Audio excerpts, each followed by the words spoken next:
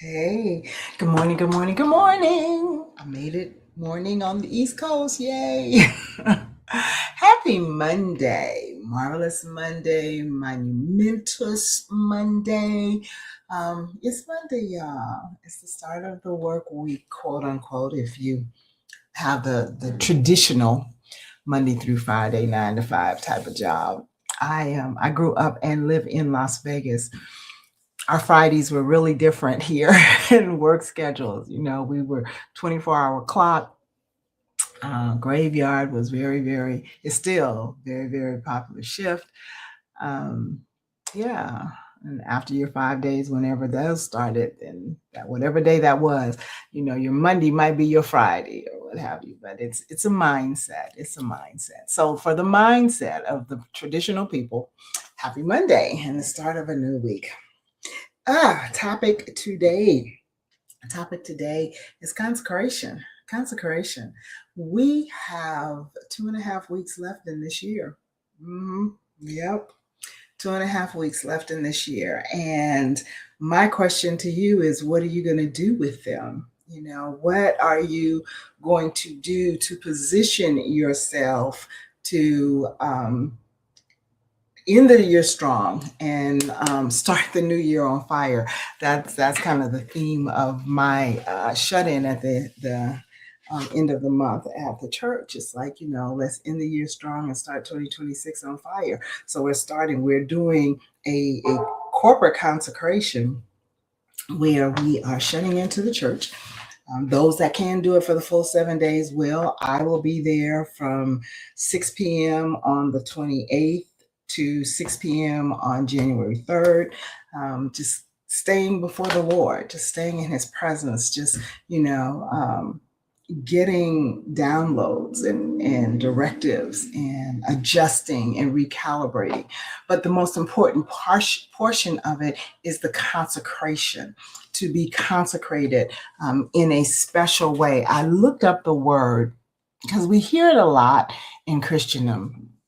And here was a meaning that I saw that I liked. It says consecration is the transfer of a person or thing to a sacred sphere for a special purpose or service. The word consecration literally means association with the sacred. Persons, places, or things can be consecrated, and the item is used in various ways by different groups. Now, when you think about that and you think about your own consecration, that you are separated and you want to spend that consecrated time in the presence of God to be refueled and repurposed, literally, this has been quite the year for me. And I know that there's several of you out there that are walking through some situations and what have you, that it's been quite the year for you as well. But what we're not going to do is we're not going to go into 2026 with this heavy mindset and this weight of all of the stuff that we have walked through in 2025, weighting us down and holding us back for what lies ahead of us in 2026. So this is why it's really important to start getting your mindset ready and start removing all of those unnecessary weights off of you that you've carried this year. It may be people, it may be things, it may be situations, it may be jobs, relationships, whatever it is that has weighted you down and put you into this place of brain fog. Because we can get so emotionally stretched, and it'll have a problem, it'll have a reaction within our physical being. And a lot of times that reaction works in ulcers, it works in hair thinning, it works in brain fog, where you cannot concentrate or think clearly because the thing or things have clouded your sense of reasoning because it's just been so heavy. Now, that is not to say I will never tell people that what you're walking through ain't nothing, because, yeah, whatever it is that you're walking through, it's monumental to you. What I've walked through was monumental to me. But what I can tell you is that we have a choice in whether or not we allow this thing to stop us or to hinder or to impede our forward motion in life. It may be I had some comments from Friday that was like, whoa, with some people sharing what they were walking through. And it's just like, okay, I understand, breathing is hard right now with what you're walking through. But here is what I know to be absolutely positively true, is that if we can get into that sphere, that sacred sphere with God, and we are able to do that, we need to understand that in his presence is the fullness of joy. In his presence is our strength. In his presence, we can release. Somebody may have done something to you that devastated you. I promise you, I feel you and I hear you, okay? But you know what? In that devastation, what you're not going to do, and I'm speaking to your spirit, man, what you're not going to do is allow the lack of care and concern from that other person to hurt you, to do what they did to you, to hold you back in life.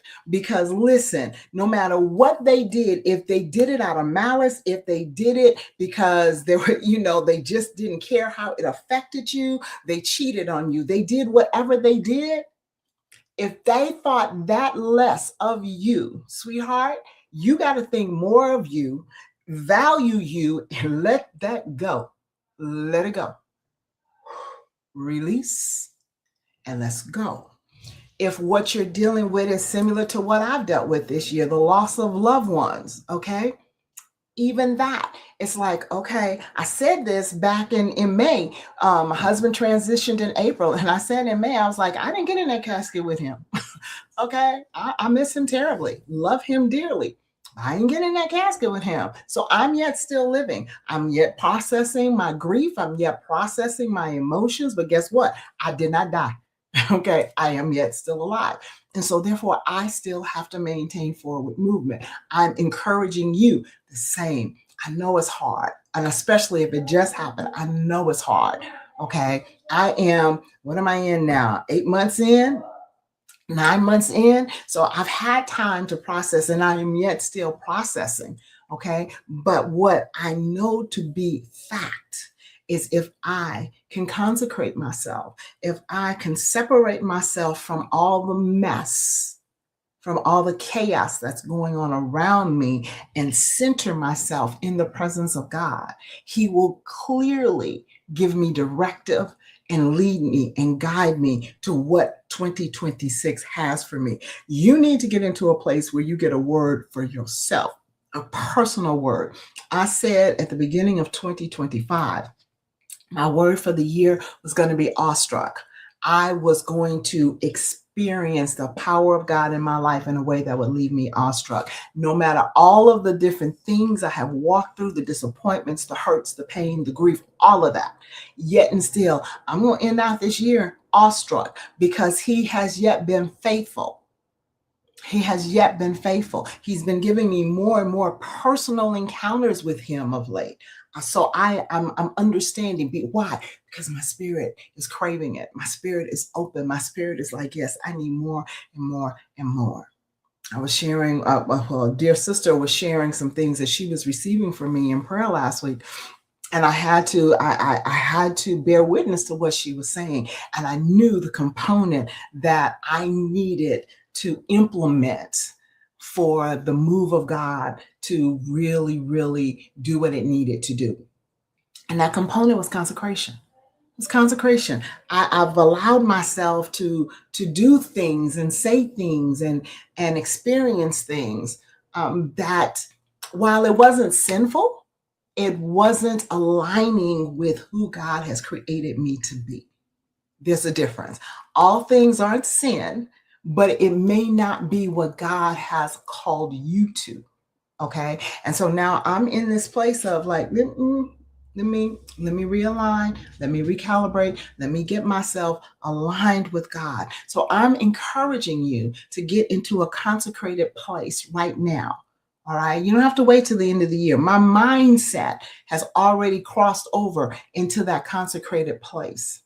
So that when I enter into that shut in, hey, I'm already there. I'm already there.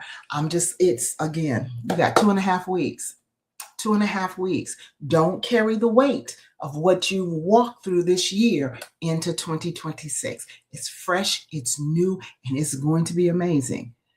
But it's your choice on how you walk into it. All right. All right. I have 10 minutes, Lord. I'm gone. Okay. Sorry, guys. I love you with the love of Christ. Can't do a thing about it. And I pray that you would have an absolutely fantabulous day. God bless you. Bye.